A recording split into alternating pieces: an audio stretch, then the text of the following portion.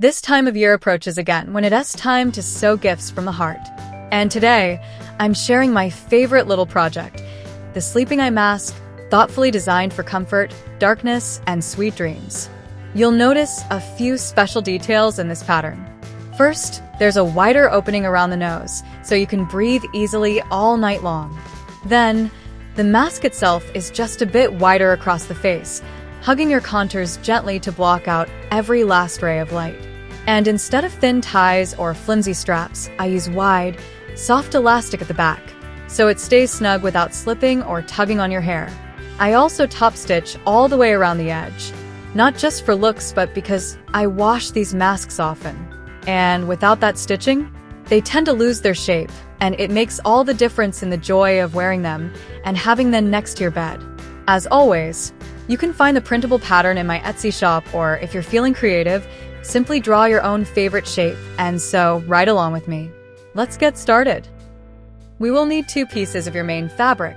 Go ahead and pick something lovely to the touch, maybe silk, cotton sateen, or a soft cotton. Then, 1 layer of wadding or batting of your choice.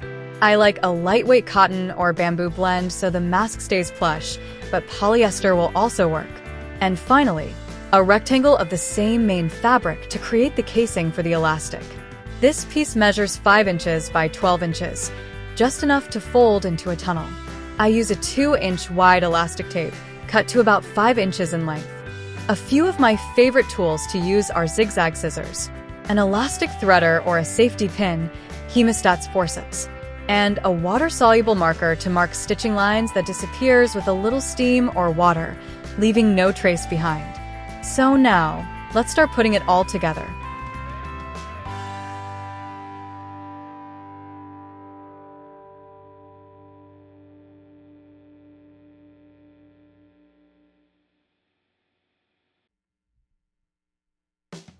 Now, take your main fabric right side down so you're working on the wrong side and place your pattern on top. I'm using a removable fabric marker to trace around the mask shape. It glides on smoothly and will fade away later with just a touch of water or steam. As you mark it out, be sure to leave an opening along the upper straight edge. That's where we'll turn the mask right side out later. Keep that section about 3 inches wide.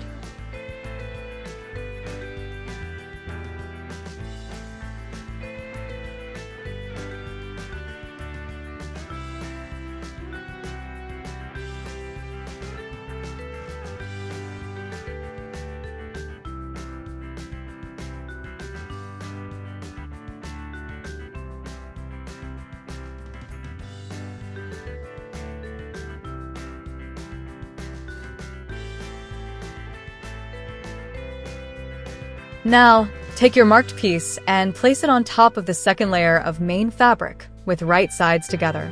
The wadding is on the bottom. But here's a little tip. Trim the wadding about a 1/2 inch smaller than the fabric pieces on both sides. That way, the wadding won't peek into the seam allowance and we'll avoid any bulky, lumpy edges when we sew. Once everything's stacked, pin all around to keep the layers from shifting. I like to place pins just inside the stitching line so they don't get in the way of my needle. Now, stitch along the markings, but remember to leave that opening on the upper straight edge.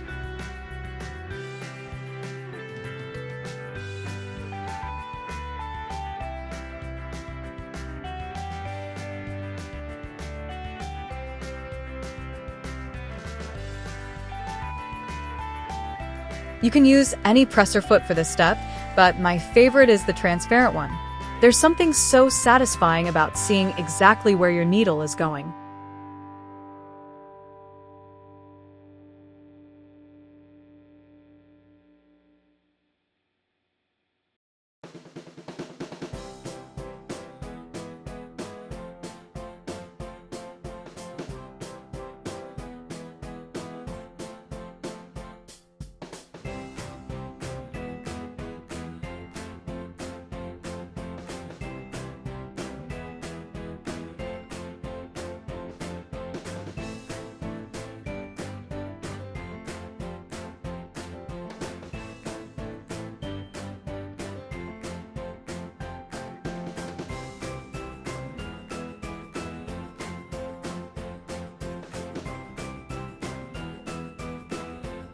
Here's a close-up of how it looks right now, all layers stitched, with that little opening still waiting on the top edge. As the next step, I like to trim away the wadding right near the seam line. Just be careful not to cut the fabric.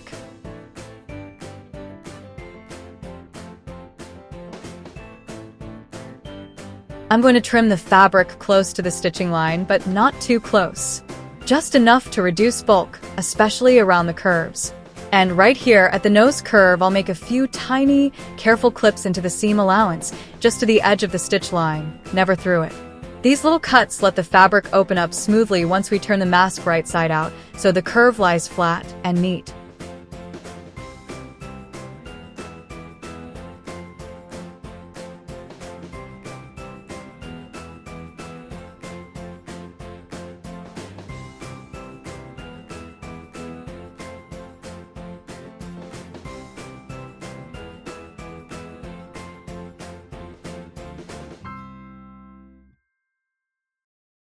Now it's time to make the elastic casing. Take that rectangle we cut earlier and fold it in half lengthwise, with the right sides together so the longer edges are matched up neatly. Stitch along that long edge with a 1/2-inch seam allowance, using a straight stitch. When you're done, gently turn the tube right side out. Take your time so the corners stay crisp and the fabric doesn't twist.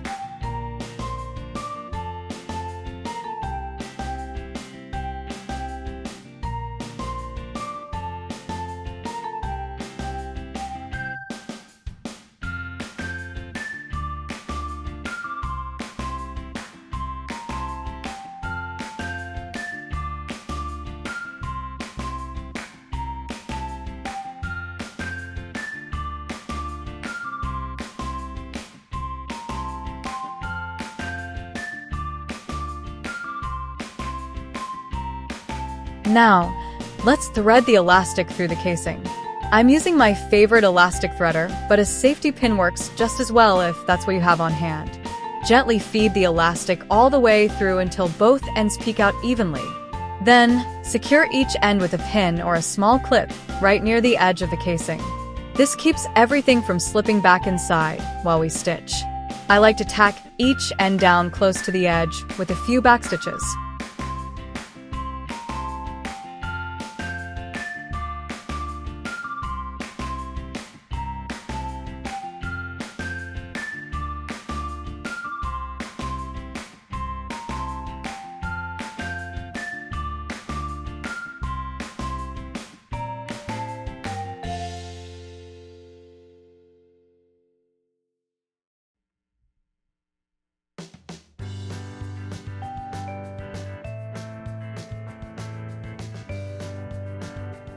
Now, this next step is completely optional, but I love the finish it gives.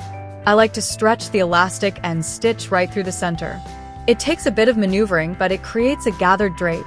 It keeps the casing from twisting, adds structure, and just feels more finished.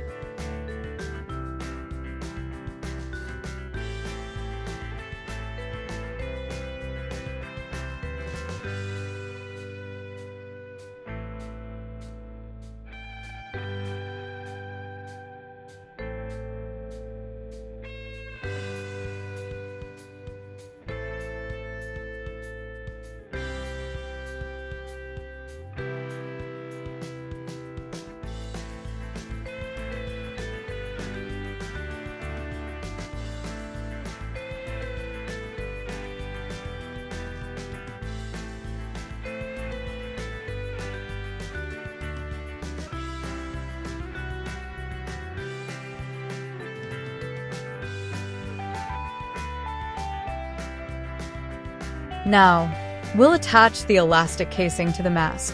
First, place the elastic inside the mask. Next, position the raw edge of the casing inside the edge of the mask. Align it carefully and pin it in place, making sure the casing lies flat. When you sew, stitch just inside the original seam line. This might seem subtle, but it makes a difference. Once everything's turned, that seam will sit perfectly crisp and flat.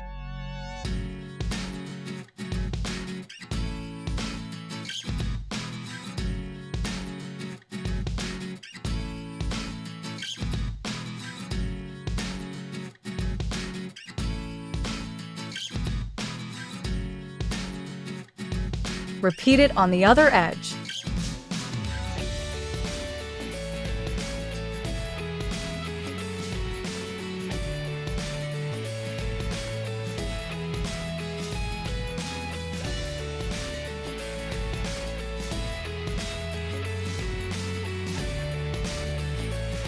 Gently turn the mask right side out through the opening we left on the upper edge.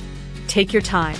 Once it's out, I reach for your pointed turning tool, a chopstick, or a pencil, whatever you have at hand. I use it to carefully roll out every seam, especially around the nose curve and the outer corners, so they're smooth and fully defined.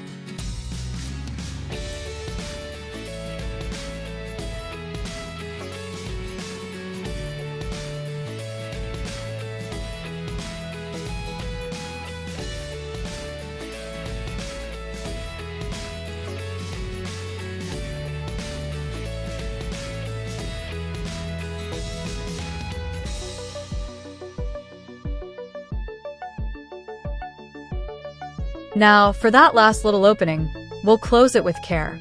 Fold the raw edges inward, tucking them neatly to match the seam line, and give it a light press with your finger or a warm iron.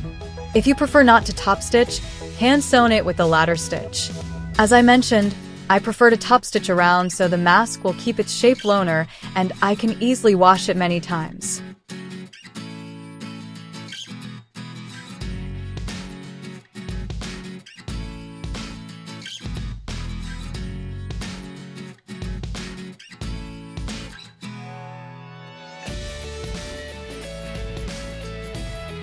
Now, all that's left is to top stitch all the way around the mask. This not only closes that little opening invisibly, but also gives the whole mask structure, definition, and that polished handmade feel I love. I never make just one. They make such lovely gifts for a friend or for someone always on the go, chasing flights and time zones. Tuck one into a travel bag, pair it with a pillow or blanket, and you've given the gift of quiet, wherever they are. Thank you so much for sewing along with me today. I hope you enjoy making yours.